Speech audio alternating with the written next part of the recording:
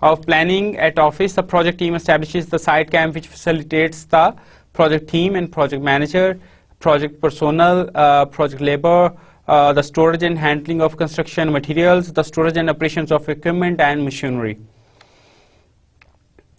As the site office is being established, the preliminary site surveys started to understand the locality and construction site. The importance of such surveys increase manifold when it comes to road construction projects or large infrastructure development projects. It is necessary at times to calculate the work to be done. The preliminary land survey in road construction projects will set a baseline for measurement of bulk of work in later stages.